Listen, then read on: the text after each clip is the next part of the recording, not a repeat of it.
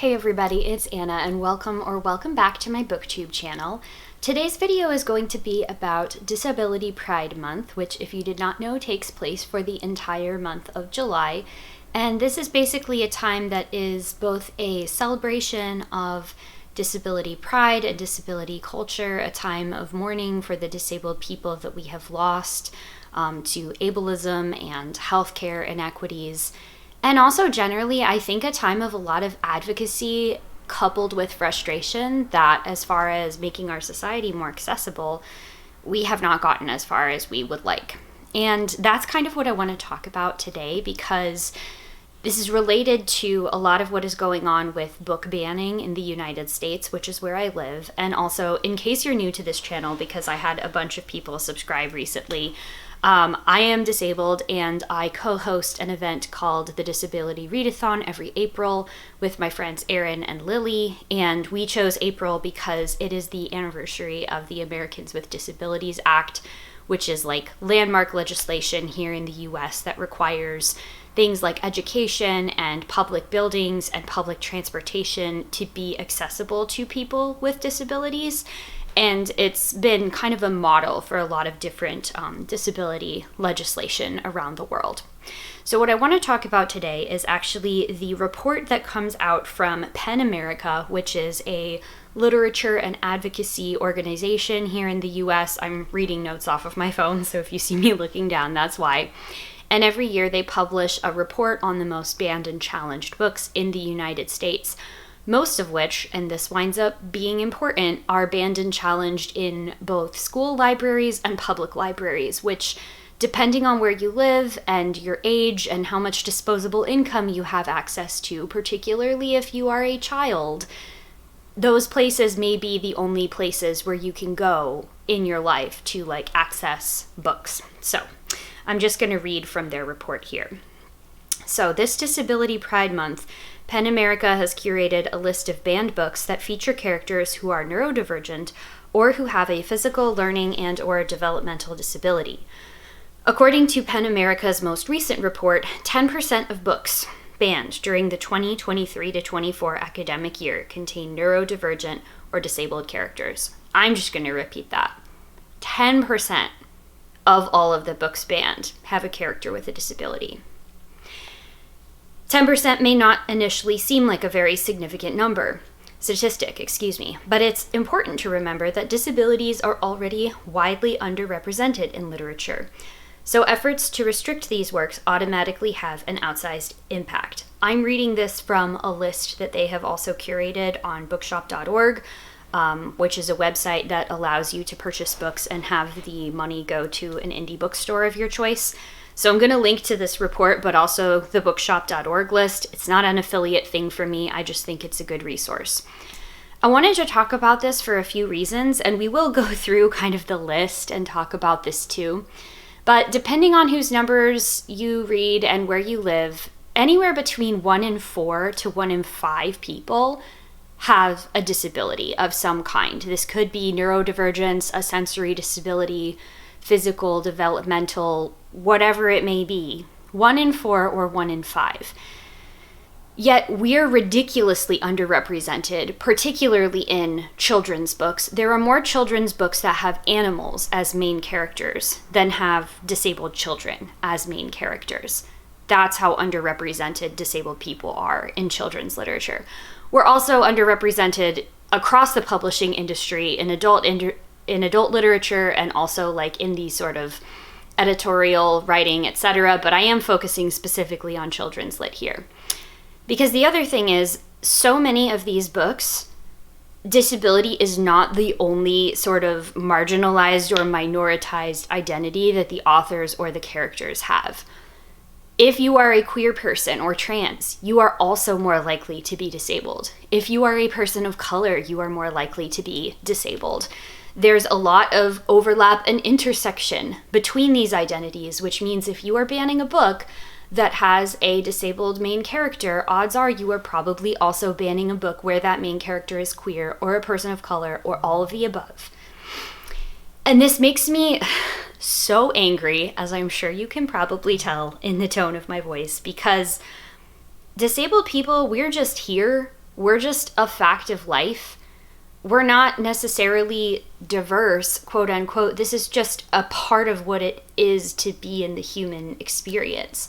I've said this before on my channel where it's just like what are the differences between diversity and inclusion? I always tell people diversity is a fact of life. There's no getting around that. We have different identities, we have different experiences, but inclusion is an active choice. And it's the opposite of that. It's this exclusion and censorship of books that are by disabled writers, featuring disabled characters, written particularly for disabled children, who are less likely than able-bodied or non-disabled children to see themselves in picture books, in chapter books, whatever it may be. And it really makes me angry. So we're going to go through the list really quickly, and I'm just going to, if I know for a fact any stuff about the author's identities as well, we'll go through this. This first book here, titled Love is Love by Michael Genhart and Ken Min, is very obviously a book about queer identity as well. I had not heard of this one before, but that's one that's like an intersectional book. 2, The Tea Dragon Society, which is a graphic novel that is written and illustrated by Kay O'Neill. Kay O'Neill is both queer and disabled, and the characters who are in the book are queer, disabled, and very racially diverse as well. Anger is a Gift by Marco Shiro. This is a story about a Black young man with a disability. I am not sure of Marco Shiro's specific identities, but that is a character with multiple intersecting identities. Ellen Outside the Lines by A.J. Sass. I have read this one. I read it in a previous disability readathon. The main character is autistic and Jewish, as is the author of the book. The author is also non-binary. I don't think that this book in particular has a non-binary main character, but there are queer characters in the story because A.J. Sass puts queer characters in all of their books. And this is for middle grade readers. Rick Riordan's Heroes of Olympus books. Honestly, also the Percy Jackson books, but those are not on this list. Six of Crows by Leigh Bardugo. There are characters who are people of color. There are multiple different characters with different types of disabilities, and Leigh Bardugo is both disabled and Jewish. Harley Quinn Reckoning by Rachel Allen. I'm not too sure about the identity of the author in this one, and I'm not familiar with the book.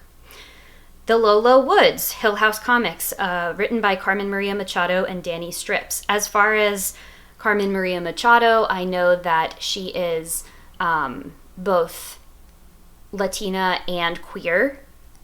And I don't remember, I've only read like the single issues of this book, so I don't know if this book gets more into disability, but it must be there. This looks like a picture book, Every Dog in the Neighborhood by Philip C. Stead and Matthew Cordell. Not familiar with this one. Eleanor Roosevelt, Fighter for Justice by Eileen Cooper. This looks like it is a biography, maybe written for a young adult audience. 100 Sideways Miles by Andrew Smith. Don't really know anything about that book. Momentous Events in the Life of a Cactus by Dusty Bowling. If I remember correctly, this is a book that is about like neurodiversity and mental illness. It's also about the main character's experience of those things. I have not read this, but I remember seeing it, I think, in like a disabled in children's literature post at some point. You Don't Know Everything, Jilly P by Alex Gino. We have disabled characters. We have queer and trans characters written by a queer and trans author of the book Melissa, which is one of my very favorites. And Melissa is sadly also very often banned. I don't know if Alex Gino identifies as disabled or not, but that is part of this book. Body Talk by Kelly Jensen, 37 Voices Explore Our Radical Anatomy. I mean, this is the kind of stuff that also makes me so angry because it's just anti-science and anti-fact. We have bodies. Our bodies function in certain ways or they don't. And the fact of the matter is that like these books that are kind of guides to puberty and growing up and designed to, in age-appropriate ways, educate kids about their emergent sexualities, their emergent awareness of their gender identities, are super important because if you are disabled, you are also at a higher risk of being sexually assaulted. in your lifetime. And the fact that we know that the more you educate people about their own bodies, what they can do, what consent is, that no one is entitled to touch your body or do anything to or with your body that you don't want them to do, prevents sexual assault from happening. So you're taking a demographic that's already more vulnerable to this, and then you're taking away that education that we know can contribute to the prevention of that type of abuse. That just makes me so mad. And the last one is A Silent Voice, Volume 1 by Yoshitoki Oima. This is a manga. I don't know a lot about it except that one of the characters in the manga is deaf, and it is kind of a friendship between this deaf girl and this boy who I think starts out like bullying her, but then he stops because he realizes he's being a big jerk, and I think they become friends. So that is their curated list that they have on Bookshop. Again, I'm going to put this down below. And I don't really know like what to leave you all with, because I feel like if you're in the US and you're watching BookTube and you're watching my channel specifically, you probably are pretty aware of how bad things are here right now and the state of censorship in education. If you have any kind of, like I said, marginalized or minoritized identity here. So you're probably aware. You're probably already calling your representatives and senators, and maybe you're showing up to school board meetings or doing other things at sort of the local level. Maybe you're trying to find book groups within your community. One thing that I have been trying to do with the Disability Readathon is also to make videos about books that have good disability representation, or honestly, like even if the representation isn't that good, to provide my sort of critical and thoughtful analysis of these books and just give you my honest opinion on them, because we're so underrepresented in publishing that I feel like any amount of coverage is really important to remedy that underrepresentation and to let people know, hey, these books are out here, we're out here, our stories are important, whether they are picture books for children, books that are written for young adults, irreverent, funny, crass, crude, tender, and heartfelt. You know, like our experience is its own thing. Disabled experience is different from non-disabled life, but it's still the human experience. This is such an important part of like what it is to be human. And I think that even if you don't personally identify as disabled, you're really missing out if you're not going to read any of these types of books. So yeah, I don't really know where to leave you with this. I do have a few recommendation videos on this channel. If you do want to get recommendations for some disability lit, I'm going to be posting one that is more of the like disability related books for children a little bit later, in conjunction with my library, which is really awesome. They've been super helpful curating books for children that are about and by disabled authors. And then I had an old video that I tried to get together in time for the Disability Readathon this year, and I just never got it edited and posted in time. So the information is going to be a little bit out of date, but the book recommendations are still good.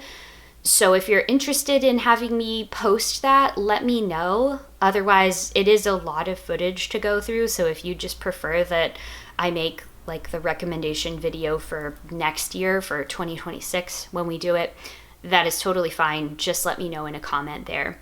If you have any recommendations or any favorite books that have disability rep or are by disabled authors, drop one in the comment, and let's just get a conversation going. I want this to be a community resource for people who want to learn more and who want to be exposed to new writers that they might not necessarily know about before. As always, thank you all so much for watching this one, and I will see you in the next one. Bye.